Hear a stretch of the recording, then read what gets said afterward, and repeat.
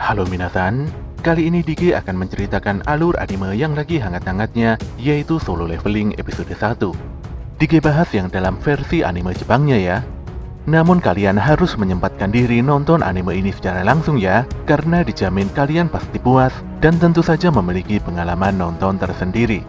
Tapi jika kalian gak ada waktu, maka mampir ke sini adalah pilihan yang paling tepat. Karena Diki dengan senang hati akan menceritakan semua kisahnya untuk kalian semua. Sebelum lanjut ke inti cerita, buat kalian yang baru saja menemukan channel ini, ada baiknya untuk subscribe dulu. Jangan lupa juga untuk menyalakan notifikasinya, agar kami semakin semangat untuk menghadirkan konten-konten terbaik buat kalian. Oke, langsung saja. Persiapkan diri kalian and enjoy!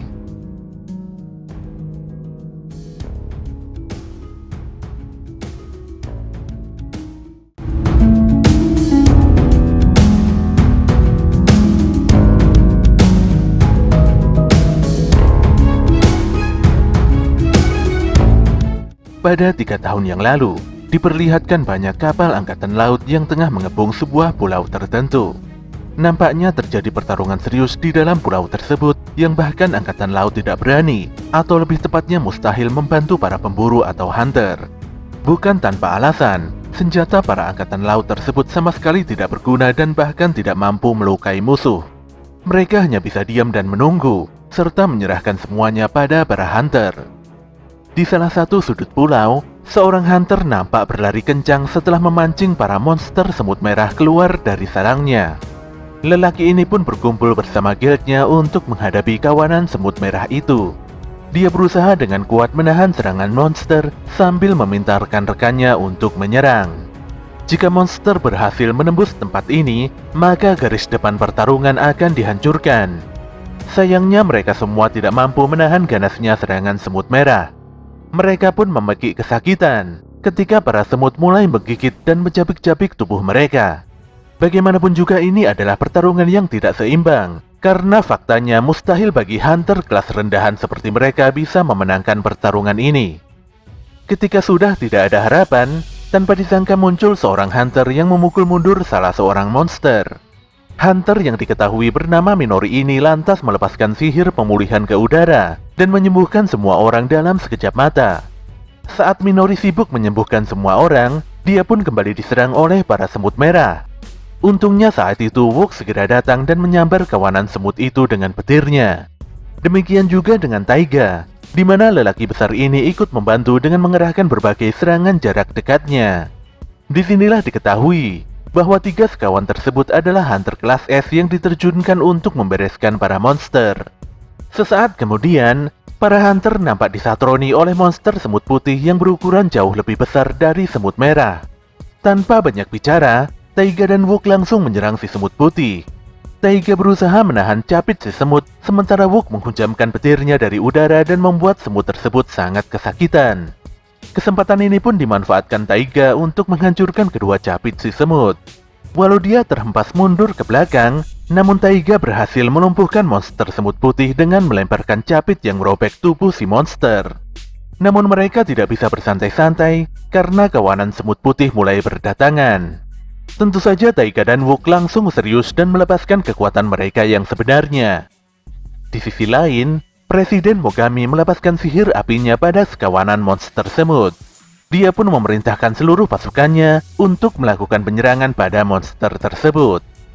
Beberapa belas tahun sebelumnya, tiba-tiba muncul sebuah lorong bernama Gate, di mana gate ini adalah gerbang yang menghubungkan dunia ini dengan dimensi lain. Di dalam gate terdapat banyak makhluk aneh yang disebut dengan monster. Para monster ini tidak bisa dikalahkan dengan senjata konvensional seperti pistol dan sejenisnya. Mereka hanya bisa dikalahkan oleh hunter, di mana hunter itu sendiri adalah orang-orang yang berhasil membangkitkan kekuatan khusus untuk bertarung melawan monster. Para hunter diberikan ranking sesuai dengan jumlah energi sihir di dalam tubuh mereka. Yang tertinggi dan terkuat adalah rank S, kemudian rank A, rank B, rank C, rank D, dan yang paling terlemah adalah rank E. Setelah membangkitkan kekuatan tersebut, mereka tidak akan bisa meningkatkan kemampuan yang dimilikinya walau sudah berusaha semaksimal mungkin. 3 tahun pun berlalu. Di pagi yang cerah itu, Terlihat para hunter tengah berkumpul di sebuah konstruksi proyek gedung pencakar langit. Saat itu Pak Hajime disapa oleh Pak Mura dengan begitu ramah. Hajime nampak kaget karena sebelumnya Mura menyatakan pensiun sebagai seorang hunter. Ternyata alasan Mura kembali karena istrinya saat ini tengah hamil anak kedua. Walaupun agak cemas, namun Mura tetap mengambil raid kali ini agar bisa menghasilkan lebih banyak uang demi keluarganya. Sesaat kemudian, datanglah seorang pemuda kurus yang bernama Sun Misusino. Semua orang nampak menyapa Misusino dengan ramah, tak terkecuali Pak Hajime. Pak Mura yang tidak tahu apa-apa lantas bertanya pada Hajime tentang siapakah Misusino yang sebenarnya. Apakah Misusino adalah hunter yang kuat hingga membuat semua orang menyapanya dengan ramah? Pak Hajime pun tersenyum sambil menjelaskan bahwa Misusino adalah hunter terlemah nomor 1 di muka bumi. Kedatangan Misusino mengindikasikan bahwa raid ini adalah raid peringkat rendah yang bisa diselesaikan dengan sangat mudah. Pak Hajime pun tidak mau menjelaskan lebih jauh lagi karena khawatir Misusino bakal sakit hati. Padahal Misusino sudah mendengar semua itu. Namun pemuda ini tidak membantah karena faktanya memang demikian. Misusino pun disapa oleh seorang gadis yang bernama Mizuki. Mizuki terlihat sangat khawatir dengan kondisi Misusino. Apalagi sebelumnya Misusino terluka parah saat menjalankan raid di dungeon peringkat E. Sesaat kemudian, para hunter mulai berkumpul dan memilih Pak Mabuchi Isao sebagai pemimpinnya karena beliaulah yang terkuat. 13 hunter ini pun satu persatu mulai memasuki dungeon dengan penuh keyakinan.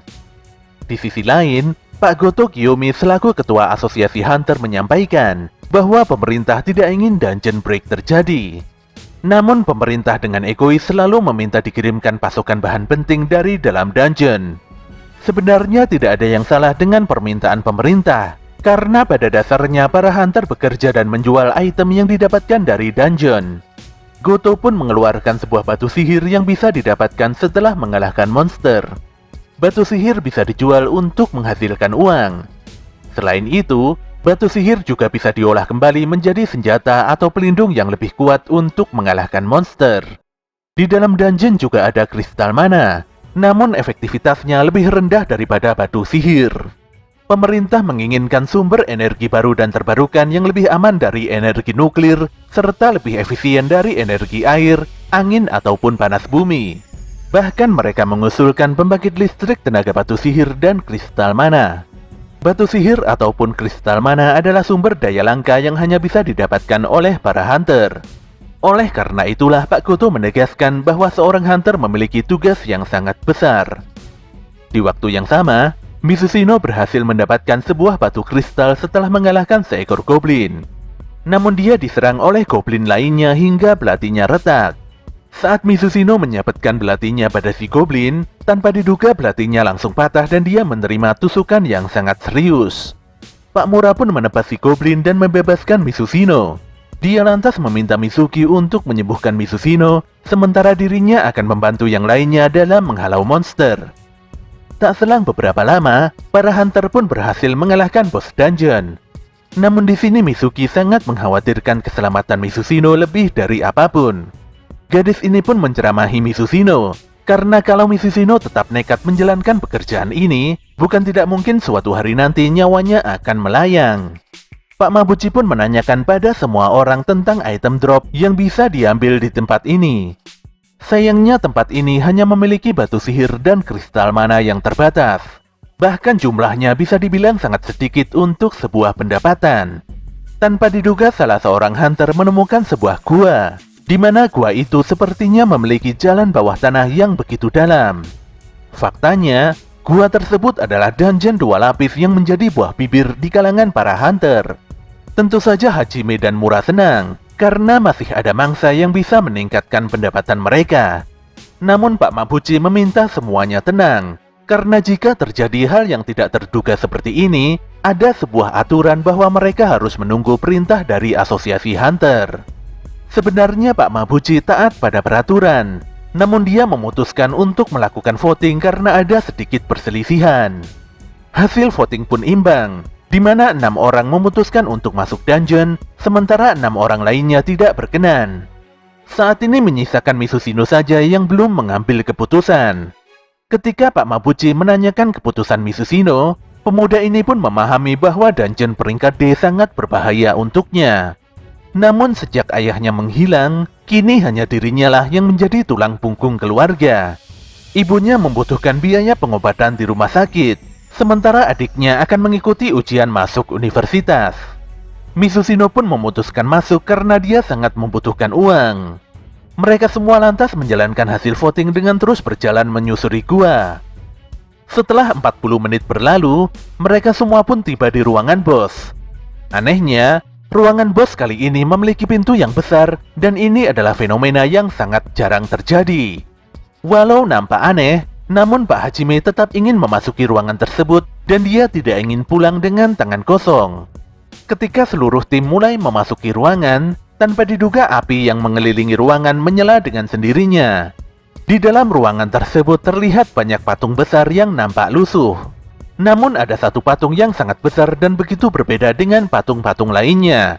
Sayangnya tidak ada satupun monster yang bisa diburu dalam ruangan ini.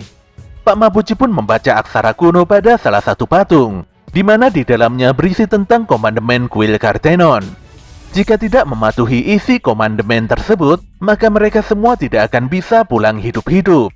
Setelah aksara kuno dibaca, tanpa disangka pintu ruangan tertutup rapat. Jelas saja semua orang pun terkejut dan panik. Salah seorang member pun begitu kesal dan ingin segera pulang.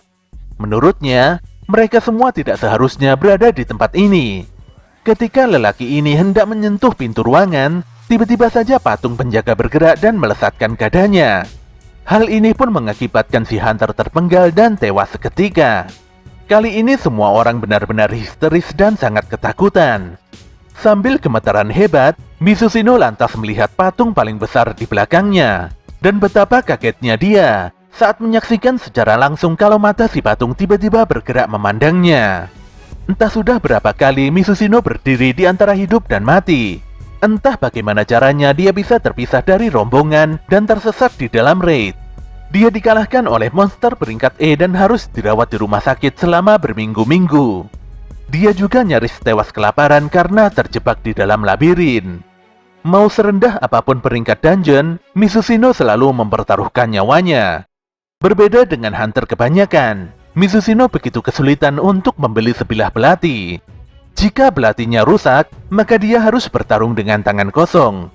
Mizushino selalu bertahan dari hinaan orang lain dan terus bekerja mempertaruhkan nyawa demi imbalan yang tidak seberapa. Namun hal ini justru membuatnya memiliki kemampuan bertahan hidup yang lebih tinggi dari yang lainnya. Ketika dia berteriak pada semua orang untuk segera menunduk, saat itu juga si patung besar melepaskan sinar panas dari kedua matanya. Mizushino pun sangat ketakutan setelah menyadari bahwa dirinya mungkin akan benar-benar terbunuh di tempat ini. Semua hunter begitu tertekan dan ketakutan, apalagi saat ini dua member telah tewas dengan mengenaskan. Ada hunter yang mengajak kabur, namun ada pula member yang tidak berani bergerak karena khawatir akan diserang lagi. Rasa bingung dan putus asa pun menyelimuti semua orang. Rasa-rasanya seperti sudah tidak ada jalan keluar lagi. Saat itulah Song Jiol berteriak dan menegaskan pada semua membernya agar tidak bergerak. Jiol pun menyadari kalau Song Jinwo tidak memperingatkan semua orang untuk menunduk, bisa dipastikan saat ini semua orang telah tewas. Padahal Jinwo hanya berteriak sesuai dengan insting bertahan hidupnya saja. Song Jinwo pun kaget saat melihat lengan kiri Song Jiol putus. Pemuda ini berusaha menghentikan pendarahan Song Jiol dengan memerbannya. Sebenarnya lebih bagus jika Song Jiol meminta bantuan Lee Jo-hee. Sayangnya Jo-hee adalah healer yang lemah hati. Lelaki tua ini pun menceritakan pada Song Jinwo bahwa sebelumnya dia pernah mengikuti rank Red B 2 atau 3 kali. Menurutnya, monster patung raksasa yang mengancam mereka mungkin adalah monster rank A atau bahkan rank S. Dia lantas mengingat kembali tentang isi dari komandemen kuil Kartenon, di mana yang pertama adalah menghormati sang dewa, kemudian yang kedua memuji dewa, dan yang ketiga adalah taat pada sang dewa. Mereka yang tidak mematuhi komandemen ini dijamin tidak akan bisa pulang dengan selamat. Menurut Song Jiol, monster di tempat ini terlalu kuat untuk dilawan. Walau tidak semudah membalik telapak tangan, Semua orang harus tetap tenang dan saling bekerja sama untuk mencari jalan keluar. Namun seorang hunter lebih memilih kabur karena dia tidak terima jika harus tewas di tempat ini. Dia sangat percaya diri bisa kabur dari tempat ini karena memiliki skill kecepatan yang lumayan tinggi. Walau sudah diperingatkan oleh yang lainnya, namun hunter ini tidak peduli dan tetap melesat menuju pintu keluar. Jelas saja si patung raksasa langsung menghancurkannya dalam sekejap mata. Si hunter ini pun langsung tewas seketika dan hanya menyisakan kedua kakinya saja. Semuanya pun kembali histeris karena benar-benar tidak tahu harus berbuat apa. Kejadian mengerikan ini menegaskan bahwa si patung bisa saja membunuh semua hunter kapanpun dia mau. Sung Jinwoo pun berpikir mengapa patung ini tidak langsung saja membantai semua orang. Dia pun mengingat tentang isi komandemen pertama yang mewajibkan semua orang agar hormat pada sang dewa. Dia lantas mengajak semua orang untuk tunduk di depan si patung karena nampaknya patung raksasa ini tidak akan menyerang orang yang posisi kepalanya lebih rendah. Walau banyak yang tidak yakin dengan ide Sung Jinwoo, namun mereka tidak ada pilihan dan terpaksa melakukannya. Tanpa diduga ekspresi wajah patung raksasa berubah jadi sangat menyeramkan. Melihat si patung tidak melakukan apapun, Park Gi-sol pun mencoba bangkit. Dan benar saja, patung tersebut tidak melakukan apapun setelah semua orang berdiri. Namun mereka kembali ketakutan dan bingung, karena si patung raksasa malah bangkit dan meninggalkan singgasananya. Song Cheol pun meminta pendapat Sung Jinwoo, namun Jinwoo masih tidak mengerti dengan apa yang terjadi. Menurut Jinwoo, mereka tidak boleh melanggar satupun isi komandemen. Kuncinya ada di komandemen kedua, yaitu memuji sang dewa. Saat itulah seorang pria maju dan merasa bisa menghentikan langkah patung raksasa dengan memujinya. Dia cukup yakin karena sebelumnya pernah melakukan penelitian khusus tentang folkloristik. Walau langkah si patung sempat terhenti sejenak karena pujian dari pria itu, namun monster ini kembali menyeringai dan menggilas si pria tadi dengan kaki besarnya. Seorang gadis juga tewas diinjak karena tidak berusaha pergi menjauh. Song Jio lantas mengingatkan semuanya berpencar untuk memecah konsentrasi si patung. Park Gi-sol benar-benar tidak mau tewas di tempat ini karena anak dan istrinya tengah menunggu di rumah. Namun takdir berkata lain, di mana patung di belakang Park Gi-sol tiba-tiba bergerak dan membelahnya menjadi dua bagian begitu saja. Sambil terus berlari, Sung Jinwoo berpikir keras tentang maksud dari pemujian sang dewa. Dia lantas melihat semua patung di sudut ruangan, di mana selain membawa senjata, ada patung lain yang membawa instrumen musik. Tanpa pikir panjang, Jinwoo menyampaikan pada semua orang agar mendekati patung yang membawa instrumen tersebut. Dan benar saja, setelah didekati, patung tersebut secara otomatis memainkan instrumen musiknya. Sayangnya patung-patung itu tidak akan memainkan musiknya jika didekati oleh dua orang. Sung Jinwoo pun meninggalkan Lee Jo-hye dan berusaha lari menuju patung instrumen lain. Dia pun terus dikejar dan hampir diinjak oleh si patung raksasa. Namun bukannya mendekati patung dengan instrumen, Sung Jinwoo malah mendekati patung dengan perisai besar. Jelas saja si patung langsung menghujamkan perisainya untuk menghabisi Sung Jinwoo. Untungnya Jinwoo masih sempat menghindar walau dalam kondisi yang benar-benar buruk. Dia pun merayap mati-matian untuk mendekati patung instrumen terakhir. Ketika si raksasa hendak menginjak Sung Jinwoo, tanpa diduga patung terakhir memainkan suaranya. Hal inilah yang membuat si patung raksasa berhenti dan kembali ke tempat duduknya. Jo-hye pun sangat terperanjat ketika melihat kaki Sung Jinwoo putus akibat serangan patung perisai. Tentu saja gadis ini berusaha menyembuhkan Sung Jinwoo walau tidak ada gunanya. Kini yang tersisa hanyalah 6 orang saja. Kim Sang-sit turut prihatin dengan kondisi Song Cheol yang kehilangan lengan kirinya. Namun Kim malah menyalahkan Song Cheol karena telah mengambil keputusan sembrono. Kim sendiri tidak mau disalahkan karena semua ini adalah keputusan bersama. Song Cheol pun tidak marah karena memang faktanya dialah pengambil keputusan final.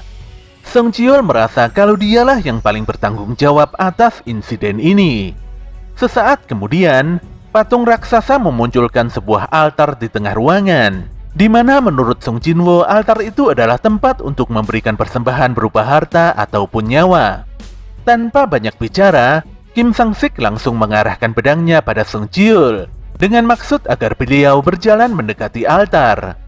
Sung Jiul pun menuruti kemauan Kim. Ketika Sung Jiul dekat dengan altar, tiba-tiba ada api jingga yang menyala. Sung Jinwo pun meminta tolong pada dua rekannya untuk mendekati altar. Setelah mendekati altar, nyala api pun bertambah sesuai dengan jumlah orang yang berada di dalamnya. Sayangnya Sung Jinwo masih tidak memahami maksud teka-teki ini. Dia lantas meminta Kim dan Jo Hee bergabung ke tengah agar bisa mengetahui kelanjutan dari isi komandemen ketiga. Kini api jingga menyala sejumlah 6, dan altar langsung mengaktifkan api berwarna biru di luar api jingga tadi. Saat itu juga gerbang pintu ruangan terbuka lebar. Namun semua orang tidak berani keluar karena khawatir ini adalah jebakan. Ketika api biru padam, tanpa disangka patung bersenjata mulai aktif dan mendekati altar. Setelah memastikan situasinya, Jinwo meminta pada semuanya untuk tidak menutup mata dan terus menatap para patung yang mendekat. Jika mereka menutup mata, maka patung akan bergerak dan melakukan serangan. Namun seorang hunter wanita tidak sanggup untuk terus membuka matanya.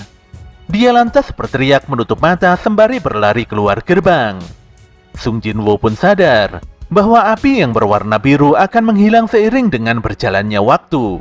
Sementara api berwarna jingga akan padam ketika ada orang yang berhasil kabur dari ruangan. Tak selang beberapa lama, seorang lelaki yang membantu Sung Jinwo juga ikutan kabur karena tidak tahan dengan situasi saat ini. Kondisi ini pun membuat Kim Sang-sik bimbang dan ingin segera menyusul si lelaki tadi. Namun Sung Jinwo meminta pada sisa orang yang ada agar tidak bergerak dan terus menatap patung jika ingin selamat. Dia menjelaskan tentang api biru dan jingga, di mana jika api biru padam maka mereka semua pasti selamat. Namun Kim memiliki pandangan lain, yang mana setelah api biru padam, ada kemungkinan mereka semua masih terjebak di dalam ruangan ini. Sejujurnya Kim Sang-sik tidak menyangka kalau Sung Jinwo lebih banyak membantu walau dia adalah yang terlemah. Bahkan semua orang di sini masih selamat berkat Sung Jinwo. Meski demikian, Kim Sang-sik memiliki keluarga yang menunggu kedatangannya di rumah. Dia pun menangis seraya mengatakan kalau dirinya masih belum mau mati. Kim lantas membuang pedangnya sambil meminta maaf, dan setelahnya lelaki paruh baya tersebut lari keluar dari ruangan. Saat kondisi sudah tidak memungkinkan, tanpa diduga Sung Jiul meminta Sung Jinwo dan Lee Jo Hee pergi dari tempat ini. Sung Jiul cukup yakin kalau gerbang tidak akan tertutup selama ada satu orang yang tinggal di dalam ruangan ini. Namun Jo Hee tidak bisa menggerakkan kakinya karena energinya terkuras habis saat menyembuhkan Sung Jinwo. Disinilah Jinwo meminta Sung Jiul untuk keluar bersama Jo Hee, karena hanya Sung Jiul lah yang bisa bergerak dan menggendong Lee Jo Hee. Jinwo pun menitipkan kristal yang didapatkannya pada Jo Hee, dan dia berjanji nanti akan menemui Jo Hee kembali. Sung Jiul pun memukul Jo Hee hingga pingsan, karena sebelumnya Jo Hee bersikeras untuk menolong Sung Jinwo. Sung Jinwo pun bersyukur akhirnya Sung Jiul dan Jo Hee berhasil menyelamatkan diri. Saat ini nyala api biru masih tersisa 2. Sung Jinwo lantas mengambil pedang milik Kim Sang-sik guna melawan para patung bersenjata. Namun dia tidak sanggup melakukan perlawanan sama sekali karena musuh benar-benar sangat kuat. Dia pun kehilangan lengan kanannya dan sangat tidak berdaya. Walaupun Sung Jinwo adalah hunter super lemah, namun dia ingin sekali menjadi lebih kuat walau hanya sedikit.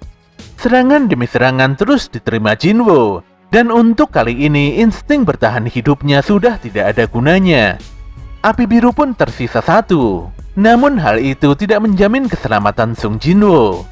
Sung Jinwo sangat kesal pada orang-orang, khususnya yang mencari keuntungan dan pembenaran atas dirinya sendiri. Padahal Sung Jinwo juga memiliki keluarga dan dia juga mau pulang dalam keadaan hidup-hidup. Pemuda ini pun dibantai habis-habisan dan dijatuhkan tepat di atas altar oleh patung bersenjata. Darahnya pun meluber memenuhi altar. Dia membenci dirinya sendiri yang sangat munafik dan terlalu naif. Dia pun menyampaikan banyak harapan, jika saja seandainya masih memiliki kesempatan hidup sekali lagi. Salah satu patung pun menebaskan pedang besarnya pada Sung Jinwo, Dan bersamaan dengan itu, api biru terakhir pun ikut padam. Anehnya, saat itu muncul sebuah notifikasi tentang quest rahasia, yaitu tekad orang lemah. Sung Jinwoo pun dinyatakan lolos kualifikasi sebagai seorang player. Jika dia menolak quest tersebut, maka jantungnya akan berhenti dalam waktu 0,02 detik. Tentu saja Sung Jinwoo langsung menerima quest atau notifikasi tersebut dengan memilih yes. Setelah menentukan pilihannya, Sung Jinwoo pun langsung mendapatkan notifikasi kembali yang menyatakan bahwa dirinya telah menjadi seorang player. Anehnya, Jinwoo seperti baru saja bangun dari mimpi buruk dan dia menemukan dirinya berada di dalam rumah sakit. Selain itu, kondisi tubuhnya nampak baik-baik saja, padahal sebelumnya dia sangat yakin kalau tubuhnya tertebas di dalam dungeon.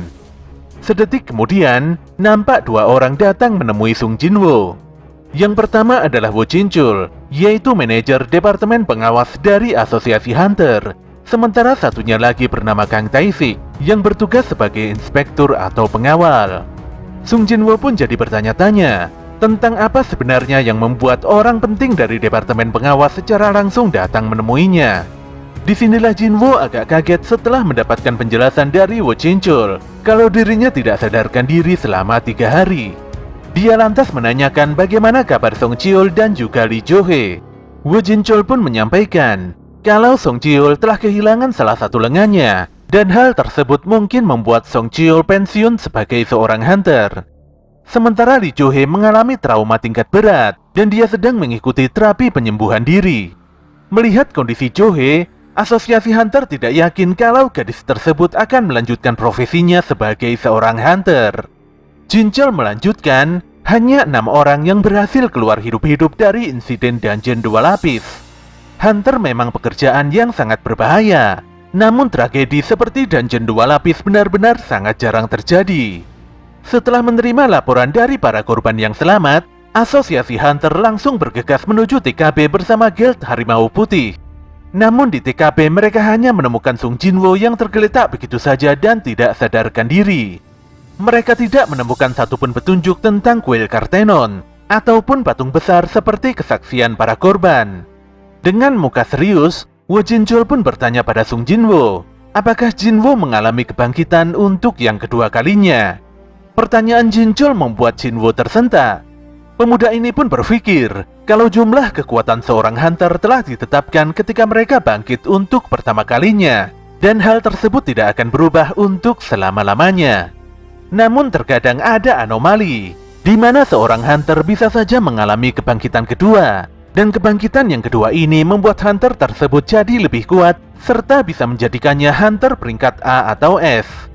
Sung Jinwoo pun jadi bersemangat, dan dia menanyakan pada Wo Jinchul serta Kang Taisik, dirinya ada di ranking berapa setelah kebangkitan yang kedua. Namun alat pengukur energi sihir menerangkan, kalau Sung Jinwoo hanya mempunyai 10 poin, di mana seharusnya peringkat E itu memiliki lebih dari 70 poin. Setelah menyadari kalau Sung Jinwoo adalah manusia biasa, Wo Jinchul pun meminta maaf dan segera pergi begitu saja. Namun Wo Jinchul sebenarnya masih mencurigai Sung Jinwoo. Bagaimana hunter peringkat rendahan seperti Jinwoo bisa bertahan hidup dalam insiden dungeon 2 lapis? Dia pun melaporkan pada Go Gun-hee kalau Sung Jinwoo tidak mengalami kebangkitan yang kedua. Nampaknya kasus kali ini benar-benar sangat membingungkan. Bahkan Asosiasi Hunter sendiri belum pernah mengalami kasus aneh seperti ini. Pak Go pun memutuskan untuk mendaftarkan kasus kali ini sebagai permasalahan anomali dan akan meminta seseorang untuk menyelidikinya lebih lanjut. Kembali pada Sung Jinwoo, di mana dia merasa kecewa karena tidak memiliki kekuatan tinggi pasca kebangkitannya yang kedua. Namun anehnya, Jinwoo menemukan layar notifikasi sistem yang muncul di pandangannya. Dia pun merasa kalau hanya dirinya lah yang bisa melihat notifikasi tersebut. Dia lantas mengingat tentang detik-detik sebelum ajalnya, di mana notifikasi itu tiba-tiba muncul begitu saja. Sedetik kemudian, tiba-tiba adik Sung Jinwoo yang bernama Sung Jinah datang menjenguknya. Gadis ini pun marah-marah karena Jinwoo benar-benar membuatnya cemas. Bagaimana tidak, Sung Jinwoo selalu saja pulang dalam keadaan babak belur setelah bekerja. Jika terjadi hal buruk, Jinah mengancam akan berhenti sekolah dan mulai bekerja. Hal ini dilakukannya agar Jinwo tidak perlu bekerja lagi sebagai hunter. Jinwo pun hanya bisa tersenyum dan meminta maaf. Dia juga mengalihkan pembicaraan dengan membahas layar notifikasi di hadapannya pada adiknya. Perkiraannya pun benar adanya, di mana Jinah tidak bisa melihat notifikasi tersebut. Setelah meyakini kalau kakaknya baik-baik saja, Jinah pun berpamitan untuk keluar bersama temannya. Sung Jinwo berusaha mempelajari notifikasi sistem di depannya, yang nampaknya mirip sekali seperti notifikasi game. Notifikasi sistem ini membantu perkembangan player, namun jika ada player yang tidak mengikuti arahan, maka player tersebut akan dihukum. Jinwo lantas memeriksa quest hariannya, yaitu pelatihan untuk menjadi kuat. Quest tersebut meminta Jinwo untuk melakukan push up, sit up, dan squat sebanyak 100 kali. Selain itu ditambah lagi dengan lari sejauh 10 km. Jika tidak berhasil menyelesaikan quest harian, maka ada hukuman yang menantinya. Sung Jinwo pun mengabaikan notifikasi sistem dan merasa kalau quest ini hanyalah guyonan belaka. Ketika waktu menunjukkan tepat jam 12 malam, notifikasi sistem tiba-tiba berubah dan memberikan hukuman pada Sung Jinwo karena tidak berhasil menyelesaikan quest hariannya. Saat itu juga Jinwo pun terkejut karena ada gempa hebat, dan setelahnya dia tersadar di hamparan gurun pasir yang luas. Sung Jinwo berpikir kalau dirinya tengah bermimpi. Namun dia langsung sadar setelah membaca notifikasi bahwa ini adalah hukuman yang harus diterimanya karena mengabaikan quest. Dia pun harus bertahan hidup dalam waktu 4 jam agar terhindar dari ganasnya gelabang padang pasir raksasa yang sangat beracun. Tentu saja Jinwo langsung lari tunggang langgang supaya tidak terbunuh. Waktu pun terasa berjalan begitu lambat, dan tidak ada hal yang bisa dilakukan Sung Jinwo selain lari dan terus berlari menyelamatkan nyawanya. Jinwo pun benar-benar sudah tidak kuat berlari lagi.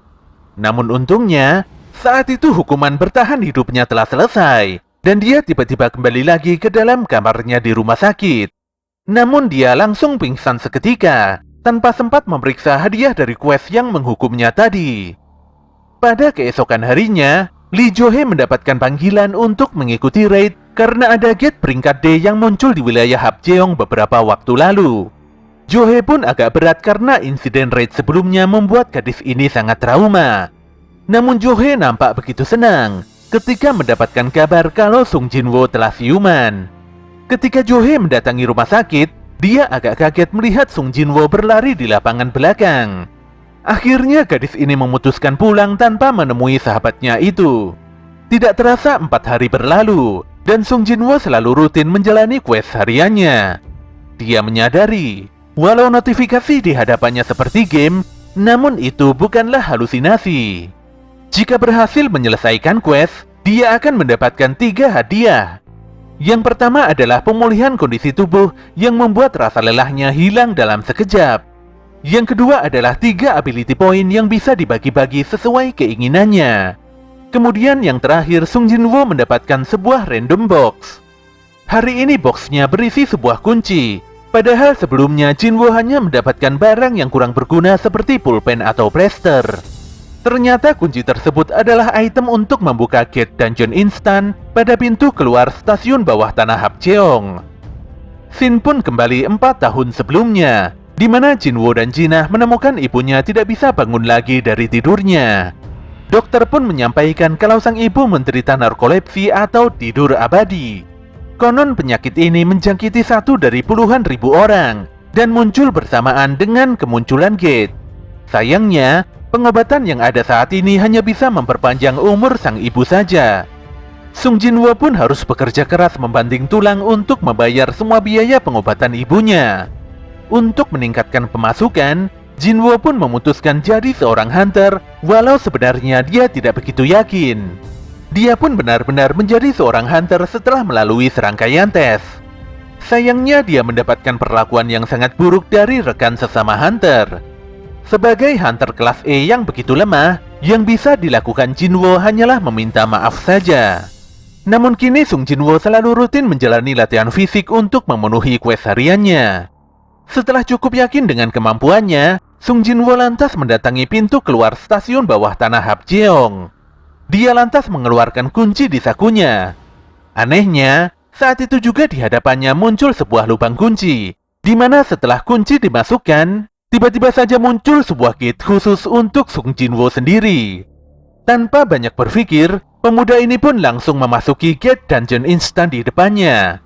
Namun dia sangat kaget setelah menyadari kalau pintu keluar dungeon tertutup secara otomatis. Padahal sebelumnya dia berencana kabur jika terjadi hal-hal yang tidak diinginkan. Notifikasi pun menunjukkan kalau Jinwoo memang tidak bisa keluar dari dungeon sebelum mengalahkan bos dungeon atau menggunakan batu teleportasi. Sung Jinwoo jadi sangat bingung. Bagaimana caranya dia bisa menyelesaikan dungeon, sementara dirinya adalah hunter kelas E yang sangat sulit mengalahkan monster. Pun demikian, Jinwoo sudah tidak ada pilihan lain selain mengalahkan bos dungeon sendirian. Dia lantas menyusuri dungeon semakin dalam untuk menyelesaikan misinya. Ketika Jinwoo tiba di koridor sepi, tanpa diduga muncul 3 ekor goblin yang langsung menyerangnya. Dengan berbekal belati kecil, pemuda ini pun berusaha sekuat tenaga untuk melawan ketiga monster tersebut. Tanpa diduga Sung Jinwoo bisa memanfaatkan momentum dan menusukkan belatinya tepat pada salah satu goblin. Dia juga berhasil mengalahkan kedua goblin lainnya, walau hal tersebut membuatnya harus berguling-guling di lantai. Jinwoo benar-benar sangat senang karena latihannya selama beberapa hari ini berhasil membuatnya jauh lebih kuat dari sebelumnya. Namun dia tidak bisa bersantai-santai, karena saat itu juga muncul seekor serigala atau Lycan bergigi baja yang langsung menghancurkan belati kecilnya. Jinwoo merasa kalau Lycan ini sangat berbahaya dan jauh lebih kuat dari 3 goblin sebelumnya. Parahnya, di saat genting begini Jinwoo tidak bisa menggerakkan kedua kakinya. Ternyata pemuda ini masih belum sepenuhnya sembuh dari insiden trauma sebelumnya. Walau begitu gemetaran, untungnya Jinwoo berhasil menghindari terjangan si Lycan. Namun demikian dia menyadari kalau dirinya akan benar-benar tewas jika terluka di tempat ini.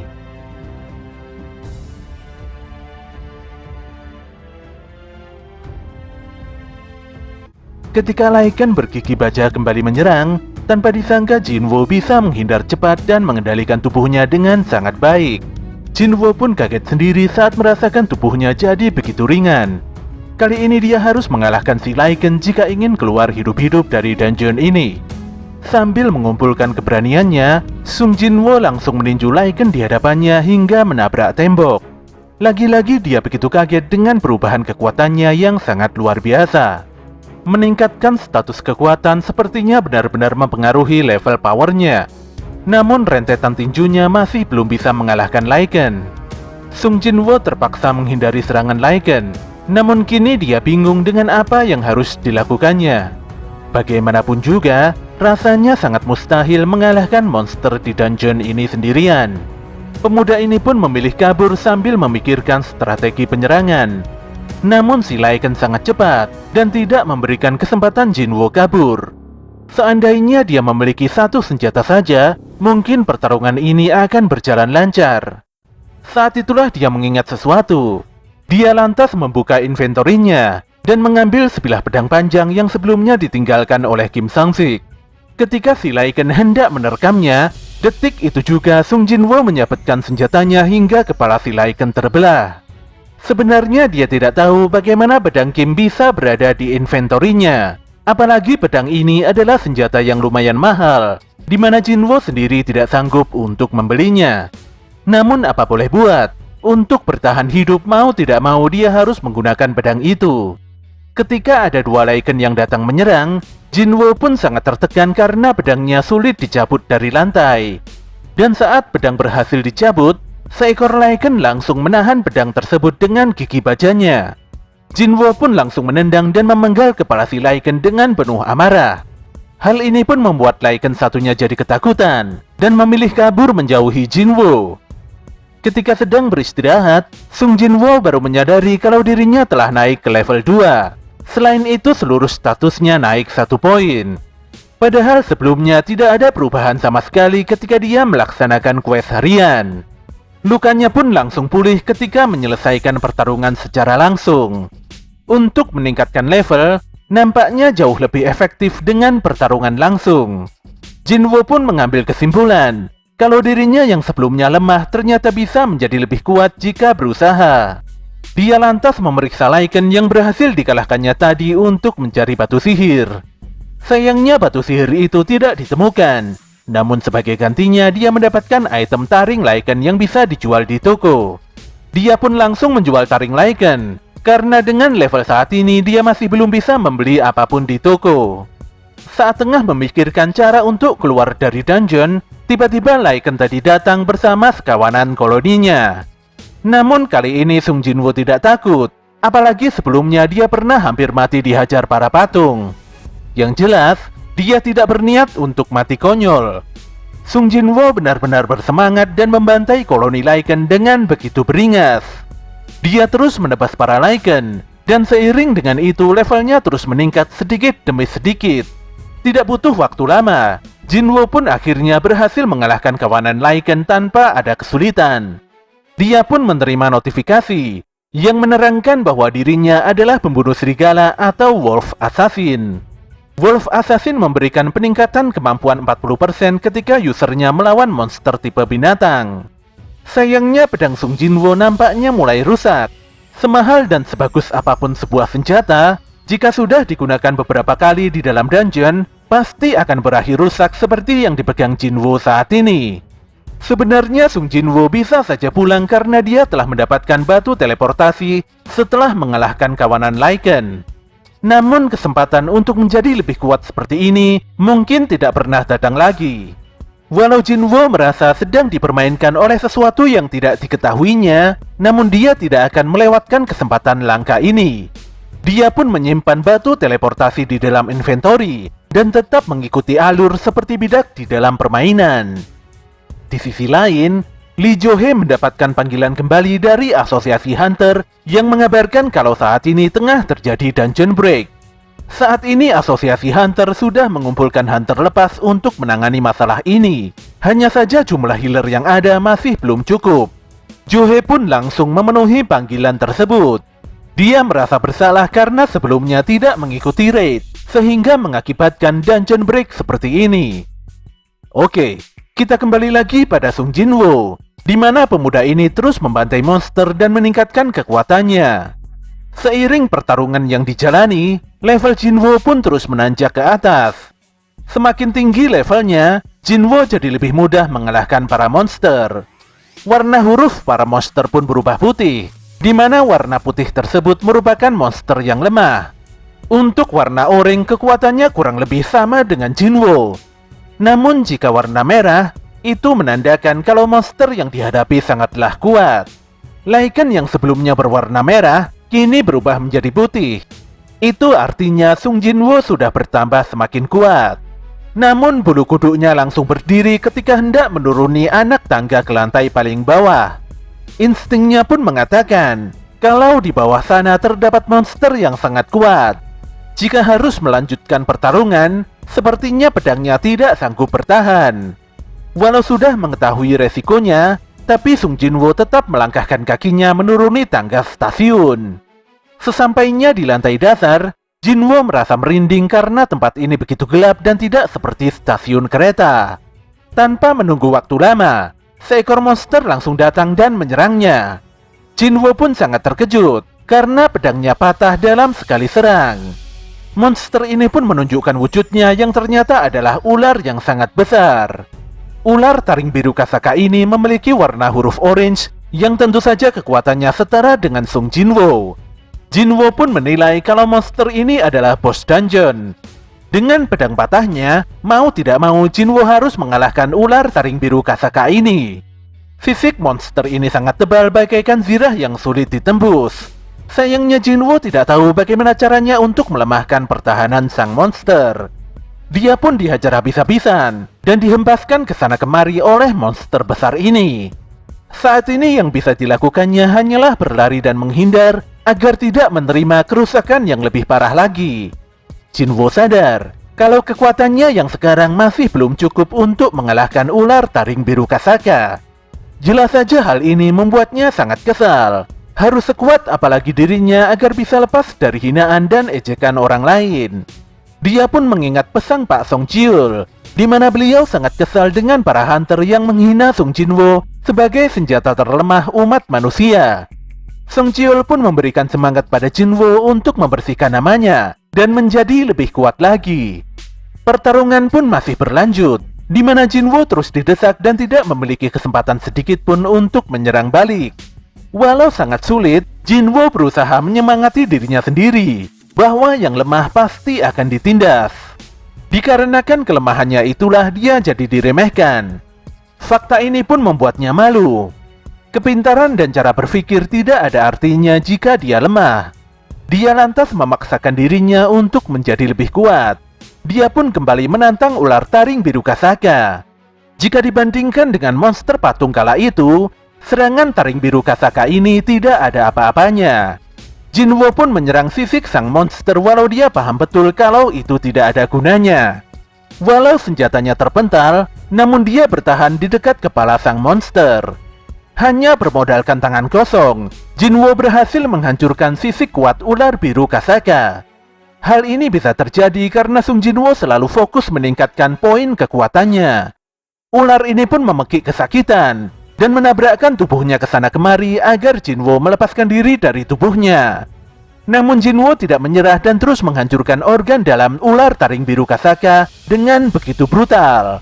Alhasil, ular taring biru Kasaka ini pun tidak bisa berbuat apa-apa dan mati begitu saja di tangan Sung Jinwoo. Setelah mengalahkan sang monster, Sung Jinwoo langsung level up sebanyak 2 kali. Pemuda ini pun senang setelah meyakini secara pasti kalau dirinya memang sedikit lebih kuat dari sebelumnya. Dia pun mendapatkan sebuah belati langka, di mana belati ini terbuat dari ular taring biru Kasaka. Hebatnya, senjata ini memiliki daya serang 2 kali lipat dari pedangnya Kim Samsik dan memiliki efek melumpuhkan serta pendarahan. Jinwoo juga mendapatkan sebuah item kelenjar berbisa Kasaka. Namun dia langsung menyimpan item tersebut setelah mempelajari kalau item itu cukup berbahaya jika digunakan. Saat itu muncul sebuah notifikasi kalau bos telah dikalahkan. Dungeon pun secara perlahan menghilang dan membuat Sung Jinwoo kembali lagi ke dunianya. Setelah keluar dari stasiun, Jinwoo merasa aneh karena suasananya begitu sepi dan tidak ada orang sama sekali. Tanpa diduga ada seorang tentara yang mendatanginya. Tentara ini pun langsung marah-marah karena Sung Jinwoo tidak mengindahkan peringatan yang sudah disiarkan. Namun setelah si tentara sadar kalau Jinwoo adalah seorang hunter, dia pun langsung meminta maaf dan segera mengantarkan Jinwoo ke TKP. Ternyata di dekat sini telah terjadi insiden dungeon break.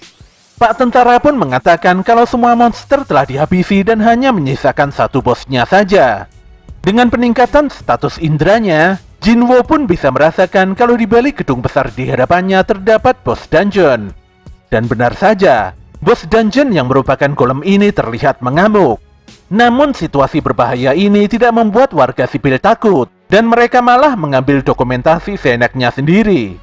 Para hunter pun sangat sibuk untuk menahan si golem. Formasi pun jadi kacau balau, bukan karena para hunter tidak kompak, namun karena si monster memang sangat kuat. Jinwoo yang melihat dari belakang menyadari, ternyata ini adalah sekumpulan hunter kelas E.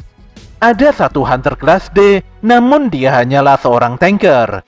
Jelas saja hunter tersebut tidak bisa menghabisi musuh, dan hal ini membuat pertarungan berlangsung lama. Jinwoo pun begitu kaget melihat Lee Jo-hee berada di barisan para hunter.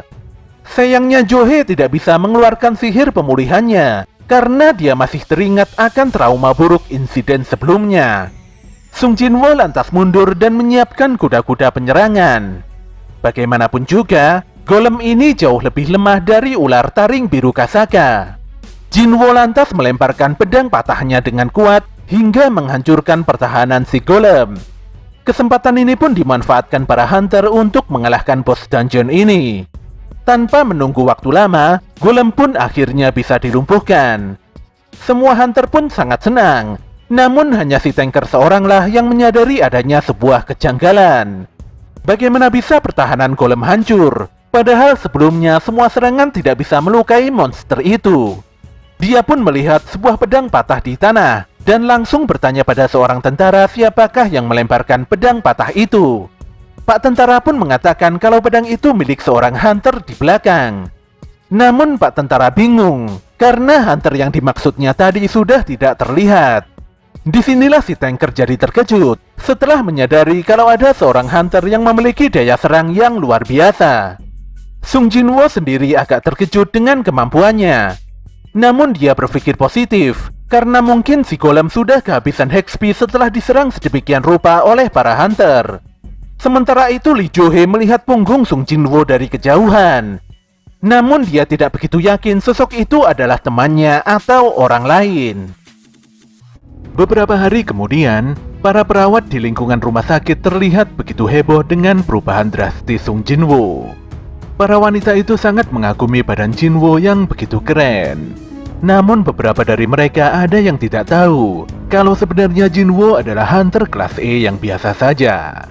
Salah seorang perawat pun tidak mempercayai hal tersebut, karena perubahan tubuh seperti itu tidak mungkin didapatkan dalam waktu yang relatif singkat. Namun pandangan perawat ini langsung berubah, dan dia benar-benar sangat terperanjat ketika melihat tubuh Sung Jinwoo yang begitu atletis dengan mata dan kepalanya sendiri. Gadis ini pun tersipu malu dan bingung saat Jinwoo menanyakan ada keperluan apa dengan dirinya. Dia lantas menyampaikan kalau hari ini Jinwoo boleh keluar dari rumah sakit karena kondisinya sudah pulih sepenuhnya. Jinwoo pun segera pergi menuju resepsionis untuk menyelesaikan proses administrasi kepulangannya. Pada pagi itu juga, seorang presenter tengah mewawancarai seorang hunter kelas S yaitu Baek Hyun-ho yang disiarkan secara live di salah satu stasiun TV. Baek adalah salah satu hunter kelas S di Korea, dan dia selalu aktif memberikan kontribusi positif untuk negara. Sang presenter pun menanyakan tentang kegiatan sehari-hari Baek ketika tidak sedang menjelajah dungeon. Baek pun menjawab kalau dia selalu berlatih setiap hari dan selalu menempatkan dirinya dalam kondisi siaga. Bahkan sejak Baek masih bekerja sebagai seorang petugas pemadam kebakaran, dia selalu berlatih setiap hari untuk meningkatkan intuisinya. Sementara itu Sung Jinah yang melihat siaran itu langsung mematikan TV karena dia harus bergegas pergi ke sekolah. Saat menemui Jinwoo, dia merasa aneh karena perawakan kakaknya itu nampak berbeda dari sebelumnya. Namun gadis ini hanya tersenyum dan tidak terlalu memikirkan hal tersebut. Setelah Jinah keluar rumah, Jinwoo lantas memeriksa quest hariannya, di mana dia hanya kurang lari sejauh 10 km saja untuk menuntaskan questnya tersebut. Statusnya pun saat ini sudah memasuki level 18, dan dia masih memiliki beberapa ability point yang belum digunakan. Kali ini Sung Jinwoo tidak hanya meningkatkan kekuatannya, namun dia juga meningkatkan kelincahan serta indranya. Sesaat kemudian dia mendapatkan panggilan dari pengelola apartemen. Jinwoo pun meminta maaf karena pada bulan ini masih belum bisa membayar biaya sewa apartemen. Untungnya pengelola apartemen masih bisa mengerti, namun dia meminta pada Sung Jinwoo untuk menunaikan pembayaran secepatnya. Saat ini yang ada di dalam pikiran Jinwoo hanyalah mengumpulkan uang untuk membayar sewa apartemen. Dia pun memeriksa ponselnya untuk melihat pekerjaan hunter.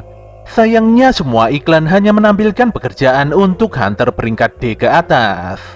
Tidak bisa dipungkiri, Jinwoo harus memasuki gate tingkat tinggi untuk menghasilkan banyak uang. Namun Jinwoo langsung mengurungkan niatnya, karena dia sadar nantinya akan repot sendiri jika menjadi orang terkenal dan kuat. Dia benar-benar tidak suka jika ada awak media yang berisik dan terus mengincarnya. Namun tanpa disangka dia mendapatkan sebuah pesan dari sebuah guild untuk melakukan raid. Tanpa membuang waktu, Jinwoo langsung berlari ke TKP sambil menyelesaikan quest berlarinya.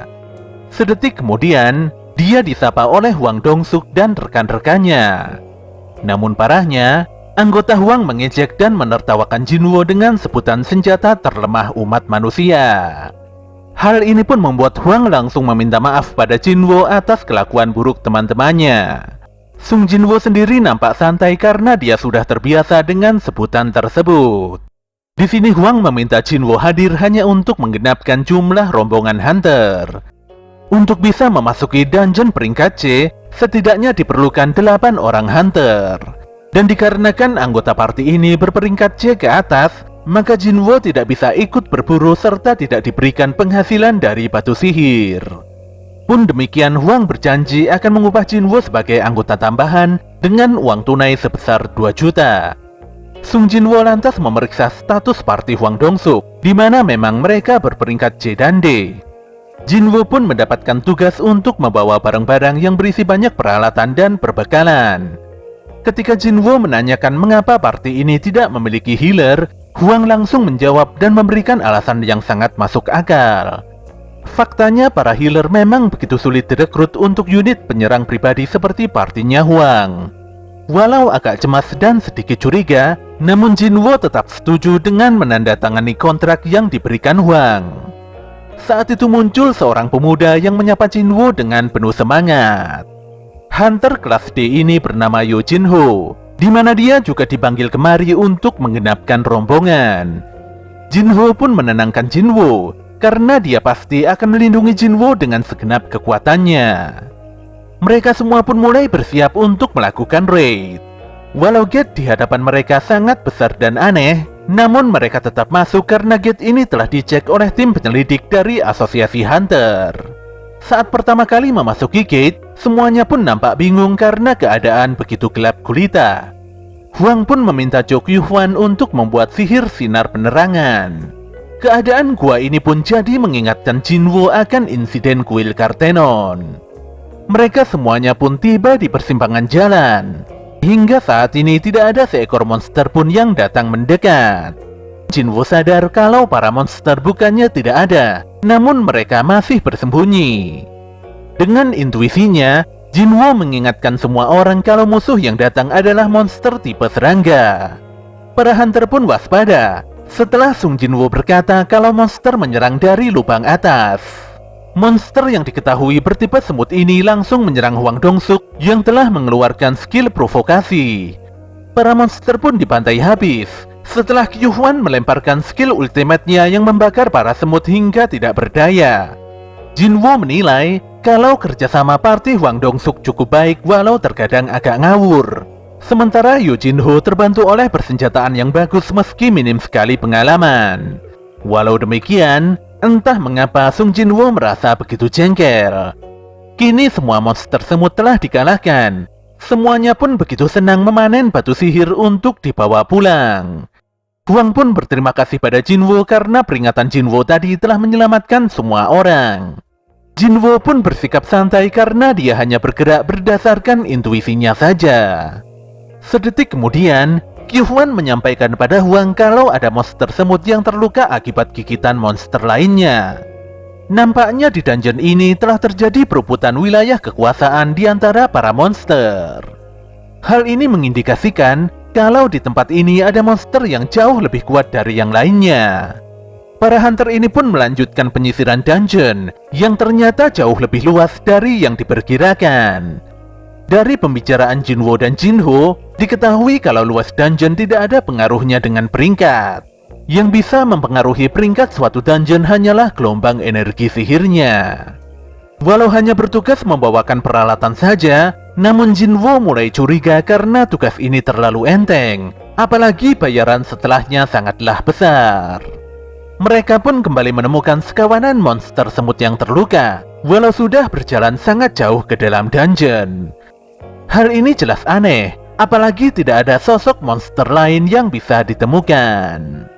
Disinilah mereka menemukan sebuah lorong yang dipenuhi dengan jaring laba-laba. Mereka pun melangkah lebih dalam lagi sambil membabat beberapa jaring yang menghalangi jalan. Para hunter pun dibuat sangat kaget karena mereka menemukan kristal mana dalam jumlah yang sangat banyak sekali. Meski harganya lebih murah dari batu sihir, tapi jika jumlahnya sebanyak ini maka harganya bisa mencapai 1 miliar. Huang pun benar-benar sangat bersemangat. Dia ingin memamerkan hasil buruannya kali ini pada adiknya. Selain itu dia juga ingin menggunakan kristal mana ini sebagai aset untuk memperbesar unitnya. Jinho pun meminta kontrak yang ditandatangani oleh Sung Jinwo sebelumnya. Pemuda yang sangat paham hukum ini lantas bertanya pada Huang Dongsuk untuk mengkaji ulang kontrak yang ditandatangani Sung Jinwo. Di dalam kontrak, Jinwo memang tidak berhak mendapatkan batu sihir. Namun kristal mana berbeda dengan batu sihir. Jadi Jinho meminta pada Huang agar kristal mana ini juga diberikan pada Sung Jinwo. Huang pun tersenyum dan memastikan kalau kristal mana akan dibagi secara adil. Namun sebelum itu, mereka harus waspada pada bos dungeon ini, yaitu seekor laba-laba raksasa. Jika bos dungeon dikalahkan, maka gate akan otomatis tertutup. Oleh karena itulah Huang menegaskan, mereka semua harus menambang dan membawa kristal mana sebanyak mungkin sebelum membunuh si laba-laba. Untungnya saat ini si laba-laba tengah tertidur. Jadi ini adalah kesempatan yang bagus untuk menambang semua kristal mana. Huang pun bertanya pada Li Chuljin mengenai perlengkapan untuk menambang. Namun Chuljin meminta maaf karena dia tidak membawa dan meninggalkan perlengkapannya itu di dalam mobil. Huang pun meminta agar Jinwo dan Jinho berjaga di tempat ini, sementara dia dan yang lainnya akan mengambil perlengkapan penambangan dulu. Jelas saja Jinho sangat khawatir. Namun Huang memastikan kalau si laba-laba masih tidur nyenyak karena kekenyangan setelah banyak makan monster semut. Asalkan tidak diganggu, pasti tidak akan terjadi masalah apapun. Walau Jinho baru pertama kali mengikuti raid dan Jinwo yang baru pertama kali memasuki dungeon peringkat C, itu semua tidak jadi masalah. Dengan senyuman lebar, Huang meminta pada kedua pemuda tersebut untuk mempercayainya. Sung Jinwo pun mulai berpikir mengapa party Huang Dongsuk hanya berisikan 6 hunter saja. Padahal dalam peraturannya, dibutuhkan 8 hunter untuk memasuki dungeon peringkat C. Selalu memaksakan raid tanpa seorang healer, membuat Jinwo begitu yakin kalau Huang dan partinya adalah unit yang sangat berpengalaman. Namun dia bingung kemana perginya 2 hunter yang biasa dimintai tolong untuk menggenapkan jumlah rombongan. Tanpa diduga, Huang Dongsuk memerintahkan Zhou Qiuhuan untuk meledakkan lorong ruangan bos dungeon. Tentu saja Qiuhuan langsung melaksanakan perintah Huang dan menutup satu-satunya jalan keluar dari ruangan bos dungeon. Jinho pun sangat terkejut karena dikhianati seperti ini saat melaksanakan raid perdananya. Sementara Jinwo sudah menduga kalau semuanya akan berakhir seperti ini. Dia pun kembali mengingat tentang nasihat Pak Song Chiul, di mana ada saja hunter yang tidak memiliki perasaan. Bekerja sebagai hunter pasti memiliki resiko yang sangat tinggi. Kecelakaan kerja pun bisa terjadi kapan saja. Sayangnya, meski terjadi kecelakaan namun tidak akan diumumkan di publik. Hal inilah yang menyebabkan tindak kriminal tidak bisa diungkapkan. Di dalam dungeon tidak ada CCTV. Jadi selama membunuh semua saksi, maka tidak akan ada barang bukti. Hunter jahat tersebut memanfaatkan orang-orang yang lemah untuk menjadi umpan dan memancing musuh. Bahkan tak jarang mereka malah kabur dan meninggalkan hunter lemah itu di medan laga. Jinho pun menyesal karena telah mengungkit kontrak Sung Jinwo. Di sini sangat jelas kalau Huang dan partinya tidak berniat untuk membagi kristal mana dengan Jinho ataupun Jinwo. Ledakan sebelumnya membuat si laba-laba terbangun dan mengamuk. Jinho pun meminta Jinwo untuk berlindung di belakangnya. Namun Jinwo malah maju dan meminta Jinho untuk diam di tempatnya saja. Jelas saja Jinho sangat bingung sekali. Apalagi Jinwo yang merupakan hunter kelas E ini mengatakan kalau dialah yang akan membereskan si laba-laba.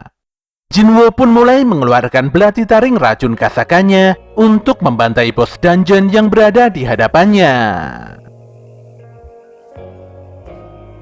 Sin pun memperlihatkan Huang Dongsuk dan partinya yang berjalan keluar dungeon. Salah seorang membernya pun bertanya, mengapa mereka tidak langsung saja membantai 2 hunter lemah tadi di dalam dungeon. Dongsuk pun menanggapi pertanyaan tersebut dengan begitu ketus. Karena jika bertarung di sana maka mereka akan membangunkan bos dungeon. Dengan bangkitnya bos dungeon itu, bisa dipastikan mereka akan sangat kesulitan dalam menambang serta mengangkut kristal mana. Menurut Dongsuk, hunter peringkat D yang tidak memiliki pengalaman raid dan hunter peringkat E super lemah mustahil mampu mengalahkan bos dungeon. Setelah monster laba-laba raksasa melahap kedua hunter tadi, dia pasti akan kembali tidur. Saat itulah Dongsuk berencana untuk mengangkut banyak kristal mana keluar melalui jalan kecil di langit-langit ruangan bos. Namun jika bos laba-laba itu tidak tertidur, maka mau tidak mau mereka harus mengalahkannya terlebih dahulu. Dongsuk pun menyinggung sosok Yo Jinho, di mana pemuda itu memiliki perlengkapan yang sangat mahal. Jika tidak bisa mengangkut kristal mana, Maka Dong-suk memerintahkan anak buahnya untuk mengambil barang peninggalan Jinho. Yuhwan sangat yakin kalau saat ini monster laba-laba raksasa tengah mengamuk di dalam dungeon. Bahkan Dong-suk sendiri mengakui kalau dirinya tidak mungkin bisa mengalahkan bos dungeon itu. Dia pun begitu yakin kalau dua kerucu di dalam dungeon tadi tidak mungkin bisa bertahan hidup walau mereka melawan dengan segenap kemampuan. Di dalam dungeon, Jinho memberikan saran pada Jinwoo untuk segera kabur dan mencari jalan keluar saja. Bagaimanapun juga, untuk mengalahkan bos dungeon peringkat C, setidaknya diperlukan kekuatan hunter peringkat C ke atas. Sung Jinwoo pun membenarkan pendapat Jinho. Walau dirinya mengalami kebangkitan kedua dan levelnya meningkat, namun Jinwoo saat ini masihlah lemah. Dibandingkan dengan ular taring biru Kasaka dan golem, monster laba-laba di hadapannya ini pasti jauh lebih kuat. Tapi entah mengapa, Sung Jinwoo sama sekali tidak merasa tertekan ataupun takut dalam menghadapi bos dungeon ini. Dia pun memulai perburuannya dengan melesat dan menyabetkan belatinya pada si laba-laba. Namun proses perburuan ini tidak semudah yang dibayangkan. Belati Kasaka Jinwoo pun tidak banyak membantu, karena monster laba-laba ini memiliki lapisan kulit luar yang sangat keras. Serangan bos laba-laba juga sangat mengerikan. Jika saja Jinwoo kena sekali serangan saja, dia pasti akan tewas di tempat. Pun demikian, pemuda ini tetap melancarkan berbagai serangannya. Yo Jinho pun sangat terkejut melihat pergerakan serangan Jinwoo. Jinho yakin kalau hunter peringkat E tidak mungkin bisa bergerak selincah itu. Dia pun bertanya-tanya, siapakah hunter Sung Jinwoo ini? Saat itulah Jinho merasa ngeri sendiri, karena Sung Jinwoo mungkin adalah seorang pendaftar palsu. Dia pernah mendengar rumor kalau ada beberapa hunter yang bisa mengontrol energi sihirnya ke tingkat minimal. Para hunter itu memang sengaja mendaftarkan diri ke peringkat yang paling rendah. Parahnya, kebanyakan dari para pendaftar palsu itu adalah orang yang punya hobi membantai. Jinho pun jadi benar-benar menyesali keputusannya pergi ke dalam dungeon. Sementara itu Sung Jinwoo nampak kesal karena semua serangannya tidak membuahkan hasil sama sekali. Tingkat kelelahan yang dialaminya pun mulai menanjak. Dia pun ingin menyelesaikan pertarungan ini secepatnya sebelum keadaan semakin memburuk. Ketika dia melesat kembali, tanpa diduga si laba-laba memuntahkan cairan asam yang sangat kuat. Saking kerasnya, cairan itu mampu mengikis bebatuan dan lantai hingga berlubang. Jinwoo sadar, situasi pasti akan semakin memburuk jika ini menjadi pertarungan jangka panjang. Dia pun langsung mengaktifkan skill dash atau lari cepatnya untuk mempersempit jarak serangan. Walau pergerakannya begitu cepat, tapi serangannya tetap saja meleset. Jinwoo pun tidak ada pilihan selain terus menyerang tanpa henti. Namun pergerakan Jinwoo seketika melambat, dikarenakan tingkat kelelahannya mencapai 70%. Hal ini pun membuat Jinwoo disikat laba-laba hingga membentur lantai dan sulit sekali bergerak. Saat si laba-laba hendak membunuhnya, Jinwoo teringat kalau dia memiliki bonus quest harian yang belum digunakan, yaitu full recovery atau pemulihan penuh. Bonus itu pun membuatnya berhasil menghindari pukulan mematikan si laba-laba.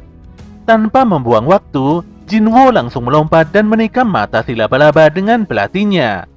Serangan ini memberikan efek melumpuhkan dan pendarahan, di mana si laba-laba tidak bisa bergerak dan HP-nya semakin lama semakin menurun.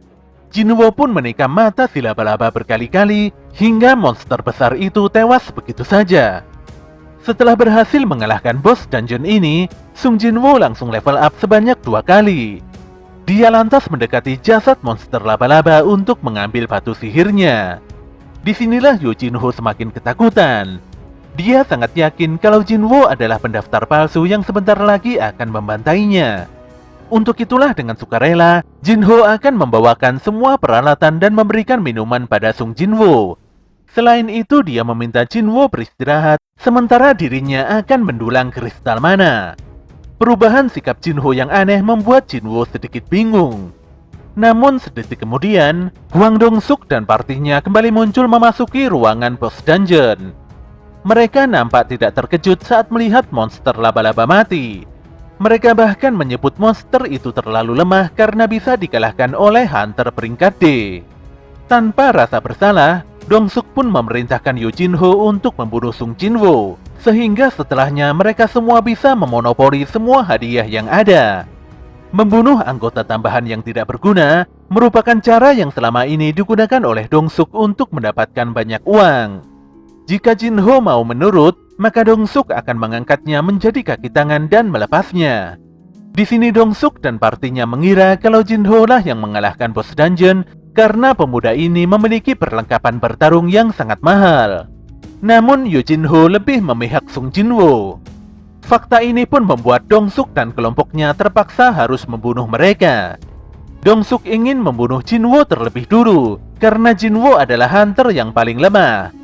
Ketika para pembunuh ini maju, tanpa diduga Sung Jin-woo mendapatkan notifikasi quest darurat. Dia pun sangat terkejut, dikarenakan tujuan utama dari quest ini adalah membunuh 6 orang hunter yang berniat mencelakainya. Seperti biasanya, jika Jin-woo tidak menyelesaikan quest ini, maka dia akan dikenai hukuman. Belum selesai rasa kagetnya, Jin-woo langsung diserang Ki-hwan dengan ledakan sihir. Sung Jin-woo pun terhempas hebat dan tidak berkutik. Yu Jin-ho pun dibuat sangat sedih dan marah ketika menyaksikan perbuatan keji Dong-suk dan partinya. Di dalam alam bawah sadarnya, Sung Jin-woo kembali menyadari kalau di dunia ini hanya orang yang paling kuatlah yang akan bertahan. Dia pun terus bertanya-tanya, mengapa dunia ini selalu dipenuhi dengan kekerasan, penipuan, serta pengkhianatan. Seketika itu juga notifikasinya berubah, di mana jika Sung Jin-woo tidak menyelesaikan quest daruratnya, maka jantungnya akan berhenti mendadak. Sepertinya saat ini sistem tengah memaksa Sung Jin-woo untuk melakukan pembunuhan. Jin-woo pun jadi berpikir kalau sistem ini juga membutuhkannya. Entah ini untuk kebaikan atau bahkan keburukan, namun faktanya sistem tidak menginginkan Jin-woo mati begitu saja. Dengan kata lain, baik player ataupun sistem, mereka saling membutuhkan dan saling memanfaatkan satu sama lain. Jin-ho pun cukup lega saat melihat Jin-woo bangkit kembali.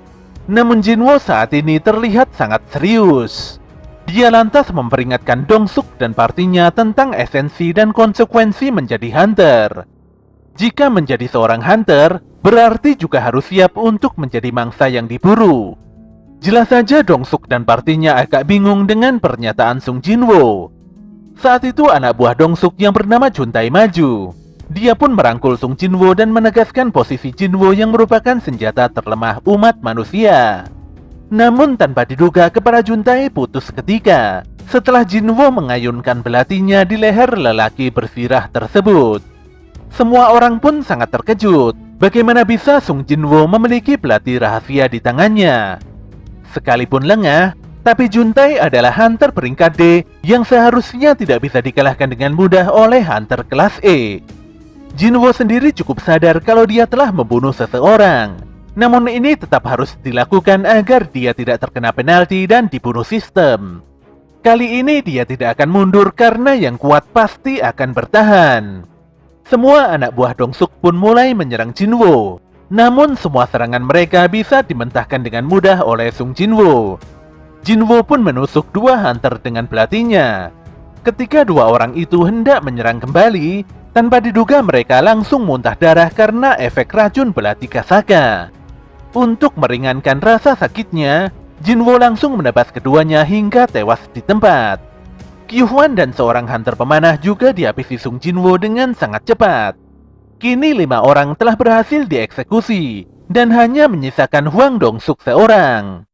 Jin-ho sendiri sangat kaget melihat kekuatan Sung Jin-woo yang sangat tidak masuk akal. Menurutnya, Jin-woo semakin bertambah kuat dibandingkan saat bertarung melawan bos dungeon sebelumnya.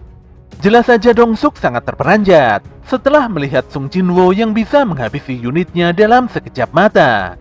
Kini Dong-suk pun sadar bahwa yang mengalahkan bos dungeon bukanlah Yu Jin-ho, melainkan Sung Jin-woo. Walaupun peringkat C, namun Dong-suk sangat berbeda dengan rekan-rekannya. Dia pun meledakkan seluruh skill penguatnya untuk bertarung melawan Jin-woo. Dong-suk mengira kalau Jin-woo pasti sangat kelelahan setelah bertarung melawan bos dungeon dan 5 anak buahnya. Selain itu, Dongsuk sangat yakin belati Jinwo tidak akan bisa melukainya karena saat ini tubuhnya sekuat baja setelah menggunakan skill penguat. Ketika Dongsuk menyerang, tanpa disadari Jinwo telah mencengkram wajahnya. Jinwo lantas membanting wajah Dongsuk ke tanah dengan sangat kuat.